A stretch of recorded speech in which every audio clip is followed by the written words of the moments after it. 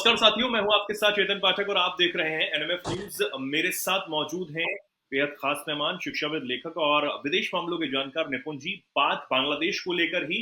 बांग्लादेश की कट्टरपंथी सरकार, मोहम्मद यूनिस की सरकार अब एक और नया षड्यंत्र रचने जा रही है, जिससे कि कट्टरपंथियों की ताकत जो है वो बढ़ती चली जाए और वहां पर लोकतंत्र दोबारा से स्थापित ना हो पाए। इस मंशा के साथ मोहम्मद यूनिस जो है, उन्होंने अब एक ऐसी बात कह दी है जिससे जो वहां की बीएनपी है, यानी कि शेख हसीना के विरोधी जो पार्टी है, वो भी तिलमिलाई हुई। अब मोहम्मद यूनिस ने एक जगह कहा कि वोटिंग की जो उम्र है उसे अब 17 साल कर देना चाहिए, जिससे बीएनपी भी भड़की है। तमाम बातें हो रही हैं और अब इससे क्या मंशा जाहिर होती मोहम्मद यूनुस और उनकी सरकार की, ये इस पर हम चर्चा करने वाले हैं। निपुण जी हमारे साथ हैं। निपुण जी, क्या लगता है कि अब जिस तरीके से हम बात कर रहे हैं कि कब चुनाव होंगे, कब जो है लोकतंत्र दोबारा से स्थापित होगा बांग्लादेश में, उस बीच अब ये बयान। देखिए, कहना कि मोहम्मद यूनुस जो तैयारी कर चुके हैं वो 2026 से पहले मुझे नहीं लगता है कि किसी तरह से वो दोबारा मैसेज दे भी चुके हैं। उनके जो सलाहकार है कि 2026 के बाद ही जाके आप चुनाव की बात कीजिए। ये सरकार वो सरकार थी जो ये कह रही थी कि 3 से 4 महीने मैक्सिमम हम इलेक्शन करा देंगे और इलेक्शन कराने के बाद एक डेमोक्रेटिक गवर्नमेंट ला देंगे। लेकिन इस सरकार को प्रेजेंट में ये लग रहा है कि अगर हम इलेक्शन करवा देते हैं तो हमारे हाथ में पावर रहने वाली नहीं है। जितने भी हमको करना है काम, जो भी हमारा एक रेडिकल एजेंडा है, जो हमारा कट्टरपंथी एजेंडा है, उसको पूरा करने के लिए हमको 2-3 साल समय चाहिए, ताकि हम भारत के साथ जो संबंध है वो उस कंडीशन में पहुंचा दें कि जहां से निकालना किसी भी सरकार को एक मुश्किल वाला काम हो जाए। अब उसके लिए कैसे करें, टाइम ड्यूरेशन कैसे बढ़ाया जाए? तो टाइम ड्यूरेशन बढ़ाने के लिए, इलेक्शन के लिए नए नए तरीके निकाले जा रहे हैं। जैसे कि नया तरीका ये निकाला कि आपकी एज हम 17 साल कर देंगे। अब जब होता क्या है कि इस प्रकार के जो चेंजेस होते हैं, ये चेंजेस बड़े परिवर्तन वाले होते हैं। जैसे अब 17 साल से एज के आप करेंगे तो नए नए वोटर्स आएंगे। उन वोटर्स की क्या होगा, रजिस्ट्रेशन होंगे, रहे उनके आपकी वोटर आईडी वगैरह बनेगी, तो एक लंबी प्रक्रिया चलेगी। तो 1-1.5 साल तो इसी प्रक्रिया में निकल जाएगा, है ना। उसके लिए भी सुझाव दिया है, उसके लिए पहले अमेंडमेंट करने की बातें करेंगे, लॉ लाएंगे, एक्ट लाएंगे। अभी तो कहा है, तो एक्ट लाने में ही 1-2 मतलब 2-4 महीने निकाल देंगे, फिर 5-6 महीने और रजिस्ट्रेशन करने में निकाल देंगे, फिर इलेक्शन की बातें होंगी। तो एक तो बात ये है कि एज को घटाने का 1 साल घटा के क्या कर लेंगे आप, 17 साल करके क्या हो जाएगा? होना कुछ भी नहीं है। बस कोशिश ये है कि ज़्यादा से ज़्यादा क्या है, डिले हो जाए चुनाव में। तो ये नई नई चीज़ें और भी कुछ ना कुछ बातें नई नई निकाल कर लेकर आएंगे। और देखिए, बीएनपी हो या अवामी लीग हो, देखिए अवामी लीग को तो वो आज विलन बनाने का प्रयास कर रहे हैं कि अवामी लीग तो जो है वो एक विलन पार्टी है जो भारत के साथ अच्छे संबंध रखती है। उसने यहाँ पर क्या किया है कि बहुत ज़्यादा एट्रोसिटीज़ की हैं, लोकतंत्र का गला घोटा है, इस प्रकार के वो एलिगेशन लगा रहे हैं। अवामी लीग को वहाँ पे प्रोटेस्ट करने तक की आज़ादी नहीं है। वो रैली करना चाहते हैं, प्रदर्शन करना चाहते हैं, तो जमात इस्लामी के जो तथाकथित स्टूडेंट अपने आप को बोलते हैं, रियल में वो कट्टरपंथी गुंडे हैं। वो क्या करते हैं, उनकी रैलियाँ होने नहीं देते हैं। कोई भी अवामी लीग के फेवर में अगर वॉइस बुलंद करता है तो उसको दबा देते हैं। अब जो खालिदा जिया की पार्टी है बीएनपी, हालांकि BNP is not the in the favour of India, वो कभी भारत के फेवर में नहीं रही है। उनका जो स्टैंड रहा है बीएनपी का, वो हमेशा एंटी इंडिया रहा है। और मुझे तो कई बार वो दौर याद आता है कि जब 91 में और 2001 में बीएनपी खालिदा जिया पावर में थी।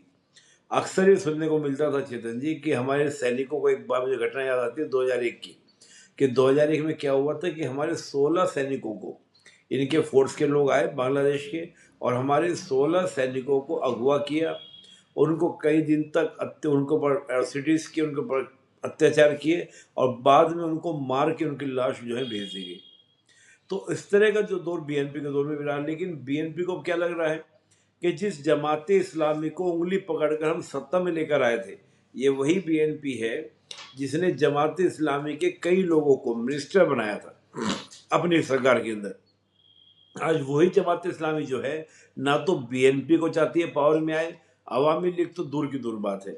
तो जो खालिदा जी है वो भी इसका विरोध इसलिए कर रही है कि इलेक्शन डिले हो रहा है, और जो जो इलेक्शन डिले होगा उतना ज़्यादा डैमेज वहाँ पर हो जाएगा। और आप देखें, बीएनपी के जो कार्यकर्ता हैं,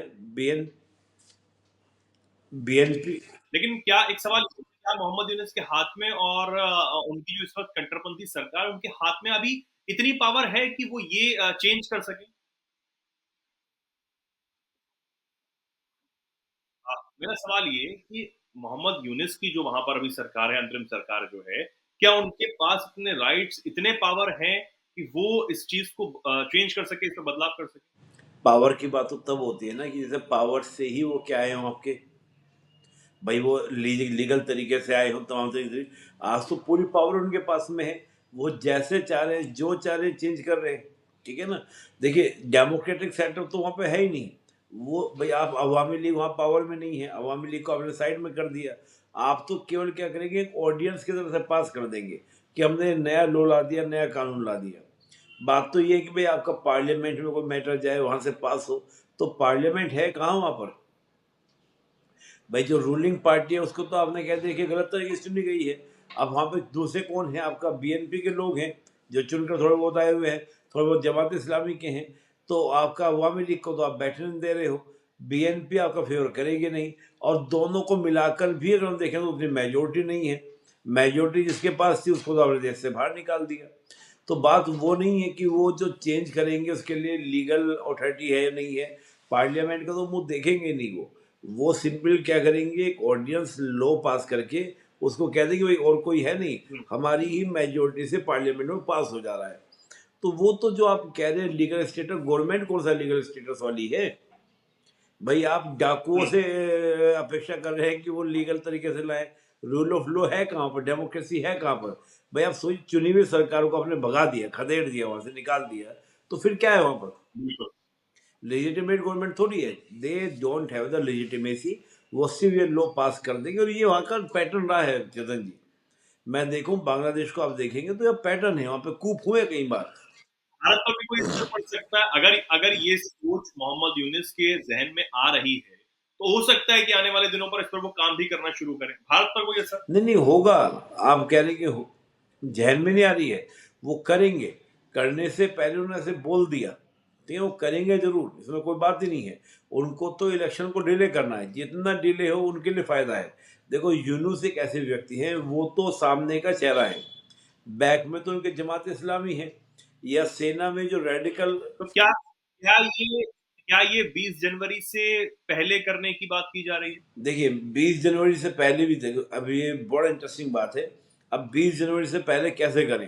हालांकि इनके लिए कोई बड़ी बात नहीं है, जो भाई आप सोचिए, 1 घंटा पहले शेख हसीना अपने घर के अंदर मिलिट्री के साथ मीटिंग कर रही है, और 1 घंटे बाद खबर आती है कि शेख हसीना जो है घर छोड़कर निकल चुकी हैं, देश छोड़कर निकल चुकी है, वो भारत के लिए रवाना हो चुकी हैं। तो जहाँ पर एक एक घंटे में चेंज हो रही हैं, तो वहाँ आपके 21-22 दिन अब 20 जनवरी के हैं, उसमें इस प्रकार के चेंजेस कर सकते हैं। देखिए, चुनना अगर आपको चेंज करना है, जो भारत एक डेमोक्रेटिक सेंटर वाला कंट्री है, यहाँ पे क्या होता है, यहाँ पे आपका एग्जीक्यूटिव बॉडी लेकर आएगी, कैबिनेट में पास होगा, फिर वो पार्लियामेंट में जाएगा, पार्लियामेंट के दोनों हाउस पास करेंगे, फिर प्रेसिडेंट के साइन होंगे। यहाँ तो ऐसा कुछ है ही नहीं ना। मोहम्मद यूनुस जो तय कर देंगे, जो उन्हें कहा जाएगा वो हो जाएगा। तो मोहम्मद यूनुस सिर्फ एक फेस है, बैक में क्या कोई और रहा है, और वो उसको लागू कर देंगे। अब ये आपके क्वेश्चन रहेगा, भाई इनको लागू ही करना था तो कहने की क्या जरूरत थी, बगैर कहे कर देना चाहिए था। हम्म, बात यह है कि उनको कोई भी बात कहने की जरूरत नहीं थी, बताने की जरूरत नहीं थी, कर देना चाहिए था। होता क्या है, इस प्रकार की बातों को कहकर वो थोड़ा सा एक हीट देखना चाहते हैं कि किस प्रकार की हीट जनरेट होता है मेरे देश के अंदर, बाहर के अंदर। तो इस प्रकार की बातें कहकर हीट का लेवल देखना चाहता है हर नेता। तो वो हीट का लेवल टेस्ट करने के लिए, और मुझे लगता नहीं कि हीट कोई बहुत ज़्यादा बर्न वहाँ पे होने वाला है। आज अवामी लीग है नहीं, बीएनपी हम्म, का तो बड़ा कद है नहीं, वो जैसे चाहेंगे वैसे कंट्रोल कर हम्म। रहे हैं। तो मुझे नहीं लगता इस प्रकार का बहुत दिक्कत होने वाली है, वो कर देंगे आसानी से। यानी कि वो कर सकते हैं। और दूसरी बात अब ये कि अ, एक तरफ पाकिस्तान जो है वो पूरा साथ दे रहा है, और इसमें भी पाकिस्तान ऑब्वियसली साथ देगा ही, लेकिन फिर तो बहुत ज्यादा कट्टरपंथ, और फिर तो आने वाले समय में अगर हम देखते हैं कि अगर ये लागू हो जाता है और चुनाव दिन ब दिन और डिले हो जाते हैं, तो शेख हसीना की जो सोच है कि वो जो अपनी पार्टी है उसको दोबारा से खड़ा करेंगी, अवामी लीग को खड़ा करेंगी, तो कैसे हो पाएगा? देखिए, देखो अभी उनकी पूरी जो मंशा है, अभी प्रेज़ेंट गवर्नमेंट की, उनकी मंशा ये है कि चुनाव तब तक ना हो, जब तक हमें ये आश्वासन ना मिल जाए कि अवामी लीग चुनाव जीत जाए, चुनाव नहीं जीतेंगी। उनके लिए पहले कोशिश ये है कि अवामी लीग की जो एक इमेज है, अवामी लीग के जो बड़े-बड़े नेता हैं, उन सब पे एलिगेशन लगाओ। और एलिगेशन भी कैसे-कैसे, अब देखिए, रशिया ने जो वहाँ पर न्यूक्लियर प्लांट्स लगाए हुए थे, उसकी उसने जाँच करनी शुरू कर दी है बांग्लादेश ने। अब कह रहा है कि भारत की भी उसमें क्या है कि आपका रशिया और भारत ने मिलकर ही वहाँ पे न्यूक्लियर प्लांट्स लगाए थे। उन सब में वो कह रहे हैं कि भ्रष्टाचार हुआ है और रशिया ने बड़ी मात्रा में भ्रष्टाचार किया है। 1-2 दिन में आप देखिएगा, वो भारत पे भी एलिगेशन लगाना शुरू कर देंगे। ठीक है ना? तो उनकी जो कोशिशें बिल्कुल। हैं, उनकी कोशिशें कुछ और हैं, जिनको हम सामान्य तरीके से देखेंगे तो वो दिखाई नहीं देगी।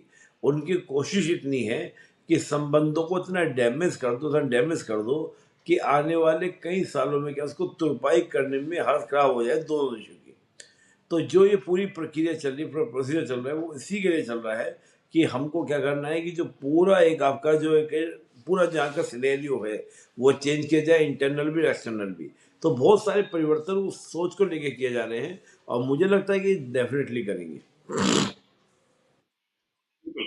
अब देखने वाली बात होगी कि ये होता है नहीं होता, इस पर तो हमारी नज़र बनी रहेगी। फिलहाल के लिए बहुत-बहुत धन्यवाद निपुण जी, ये जो मुद्दा है इसे समझाने के लिए कि आखिर मोहम्मद यूनुस के ज़हन में जो चल रहा है वो कितना जल्दी वो करना चाहते हैं और क्या कुछ इससे बदलाव जो है वो हो सकते हैं। और जो कट्टरपंथ की एक ताकत है वो कितना उसको बढ़ावा देना चाहते हैं। हमारे दर्शक इस पर क्या कुछ कहेंगे, क्या कुछ सोचते हैं, वो हमें ज़रूर कमेंट सेक्शन में बताएँ और ऐसे ही जुड़े रहें एनएमएफ न्यूज़ के साथ।